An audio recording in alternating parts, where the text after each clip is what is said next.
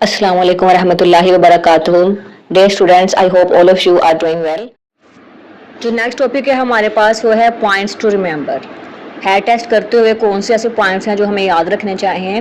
तो सबसे पहले तो जो एनालिटिकल रीजनिंग वाले क्वेश्चंस हैं ये कोशिश किया करें कि सबसे एंड पे सॉल्व करें। वर्बल रीजनिंग, क्वांटिटेटिव रीजनिंग वाले क्वेश्चंस करने के बाद आप एनालिटिकल रीजनिंग के क्वेश्चंस की तरफ आएँ, क्योंकि थोड़े से टाइम टेकिंग होते हैं।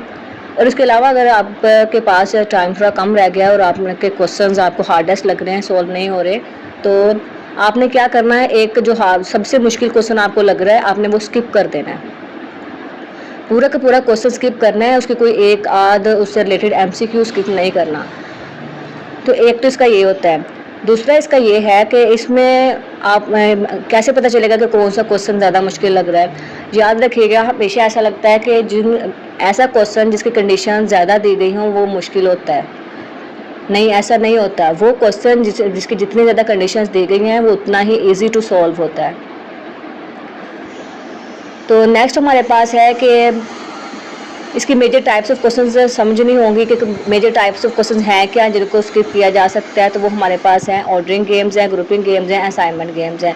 ऑर्डरिंग गेम बहुत ज़्यादा कॉमन है और ये इजी टू सॉल्व होते हैं। ग्रुपिंग गेम्स ऑर्डरिंग गेम से थोड़ा मुश्किल होते हैं। असाइनमेंट गेम्स जो हैं वो हार्डेस्ट होते हैं इनमें। नेक्स्ट हमारे पास है although the questions are not presented in ascending order of difficulty, the first question will not be the hardest and the last question will not be the easiest. कि वहाँ पे पेपर में ज़रूरी नहीं है कि हमें क्वेश्चन जो हैं वो असेंडिंग ऑर्डर ऑफ डिफिकल्टी में ही दिए गए हों। तो नेक्स्ट हमारे पास है do not assume that a question with many conditions is harder than one with only a few. तो ये अभी हमने डिस्कस किया है कि जो ऐसा क्वेश्चन जिसकी कंडीशंस ज़्यादा दी गई है उसका मतलब ये नहीं है कि वो मुश्किल है। Next we have in general ordering questions are the easiest and assignment questions are the hardest. Next we have read the conditions to a question very carefully and avoid making any unwarranted assumptions about what they imply. इसका मतलब है question को पहले easy carefully पढ़ें, उसको समझें कि वो उसमें क्या कह रहे हैं, इसमें अच्छे से समझें कि वो क्या कह रहे हैं और समझने के बाद जितना आपको कहा गया है आपने उसका मीनिंग सिर्फ उतना ही लेना है, उससे कोई नई अजम्पशंस नहीं बनानी। जैसे हमारे पास ज़्यादा केस होता है पी इम्प्लाइज क्यू, तो वो सिर्फ हमारे पास किसके इक्विवेलेंट आ रहा होता है, not Q implies not P. इसकी कोई थर्ड अजम्पशन है या फिर डिडक्शन नहीं है जो इस चीज़ को डिस्क्राइब कर सके। Next we have A implies B is logically equivalent to its contrapositive, not B implies not A. It is not logically equivalent to the following fallacies, not A implies not B and B implies A. देखिए ये invalid है हमारे पास statement क्या आ रही है, A implies B, तो किसके equal आ जाएगा ये, not B implies not A के। ये स्टेटमेंट वैलिड है, इसके कंट्रापोजिटिव के इक्वल है।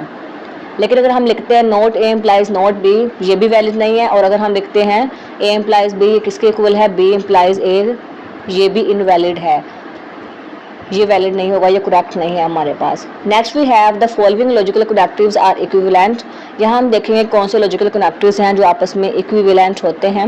Not not A is equal to A, जैसे दो नेगेटिव मिलकर पॉजिटिव बना देते हैं, ऐसे दो नॉट अगर ए के साथ आ रहे हैं तो इज इक्वल टू ए ही है। Next we have A implies B and B implies A is equal to A if and only if B। यानी कि यहाँ पे A अगर ट्रू है तो B को लाजमी ट्रू होना पड़ेगा, अगर B ट्रू है तो A को लाजमी ट्रू होना पड़ेगा, ये दोनों आपस में इक्वल हैं। Next we have A only if B is equal to A implies B। Next we have A implies B and B implies C, ये किसके इक्वल आ जाएगा, A implies C।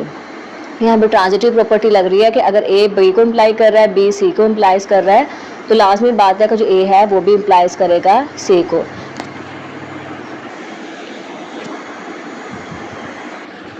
Next we have A unless B. Unless हम जानते हैं equal होता है if not के, तो यहाँ पे आ जाएगा is equal to not B implies A. And next we have on the head the meaning of or is inclusive unless stated otherwise। इसका जो मीनिंग होता है वो हमारे पास क्या होता है, इंक्लूसिव होता है जब तक इसको बताया ना जाए। यानी कि अगर हमारे पास और आ रहा है तो उसको हम यूनियन में लेंगे। तो यानी कि हमारे पास अगर दोनों में से जैसे ए और बी हैं, ए यूनियन बी, तो वो हमारे पास ए यूनियन बी कह सकते हैं हम इसे कि अगर हमारे पास ए और बी दो हैं तो इसका मतलब है कि अगर ए ट्रू है बी फॉल्स है देन भी रिजल्ट हमारे पास ट्रू आएगा, अगर ए फॉल्स है बी ट्रू है देन भी रिजल्ट हमारे पास ट्रू है। और अगर हमारे पास ए बी दोनों ट्रू हैं तब भी रिजल्ट हमारे पास ट्रू है। रिजल्ट फॉल्स कब होगा? जब ए और बी दोनों फॉल्स होंगे। And next we have the questions to a question set are independent of one another. जो हमारे पास क्वेश्चंस होते हैं क्वेश्चन सेट के, वो एक दूसरे के ऊपर डिपेंड नहीं कर रहे होते, वो किसके ऊपर डिपेंड कर रहे होते हैं? जो हमारे पास कंडीशंस गिवन होती हैं। And next we have in general independent elements can be place in more positions than dependent elements. जो इंडिपेंडेंट एलिमेंट्स होते हैं उनको हम ज़्यादा जगह पर रख सकते हैं than dependent elements. Dependent elements हमारे पास वो एलिमेंट्स होते हैं जिनकी या तो पोजीशन फिक्स कर दी जाती है या फिर उनको बता दिया जाता है कि हमने उनको रखना कहाँ पर है। And next we have when answering the questions refer to the diagram, avoid returning to the original problem। यानी कि जब हम लोगों ने एक दफ़ा डायग्राम बना लिया उस क्वेश्चन को पढ़ के, तो दोबारा आपने ओरिजिनल प्रॉब्लम की तरफ नहीं जाना। आपने उसी डायग्राम जो कंडीशंस बना ली हैं, लिख ली हैं सिंबल्स के जरिए, डायग्राम के जरिए, आपने सिर्फ उन्हीं के ऊपर फोकस करना है। Next we have before turning to the questions note any readily derived conditions. कि क्वेश्चंस की तरफ रिटर्न करने से पहले हमने क्या करना है? इन कंडीशंस को नोट कर लेना है अपने पास। Keep your diagram simple and functional. जो अपने डायग्राम उनको सिंपल रखें और वो क्लियर हों कि हमें समझ आ रही हों। Do not erase previously drive diagrams. जो पहले से डायग्राम्स बनाई हुई हैं उनको इरेज नहीं करना। तो नेक्स्ट ये स्टूडेंट्स हमारे पॉइंट्स टू रिमेंबर है, हम लोगों ने सिंबल्स भी पढ़ लिए हैं। तो नेक्स्ट आपने एक आप लोगों की असाइनमेंट दे रही हूँ मैं, ये आप लोग लाजमी करने हैं। ये असाइनमेंट आप लोग करके व्हाट्सएप नंबर गिवन है वहाँ से ये सेंड कर सकते हैं या फिर कमेंट सेक्शन में इसका आंसर कर सकते हैं। हमारा व्हाट्सएप ग्रुप है वो ज्वाइन कर सकते हैं। तो वो ज्वाइन करके आप ये असाइनमेंट वहाँ पे सेंड कर सकते हैं, हम आपको चेक करके बता देंगे। तो ये हमारे आपकी ये असाइनमेंट है, ये स्टेटमेंट्स गिवन है। आपने नेक्स्ट इनके जो एम्प्टी बॉक्सेस हैं वहाँ उनके आंसर्स बताने हैं कि इस स्टेटमेंट को हम लोग किस सिंबल के ज़रिए डिनोट कर सकते हैं। इस स्टेटमेंट जो है इसके लिए हमारे पास कौन सा सिंबल यूज़ होगा और उसको हम किस तरह से लिख सकते हैं। Thank you so much for watching this video.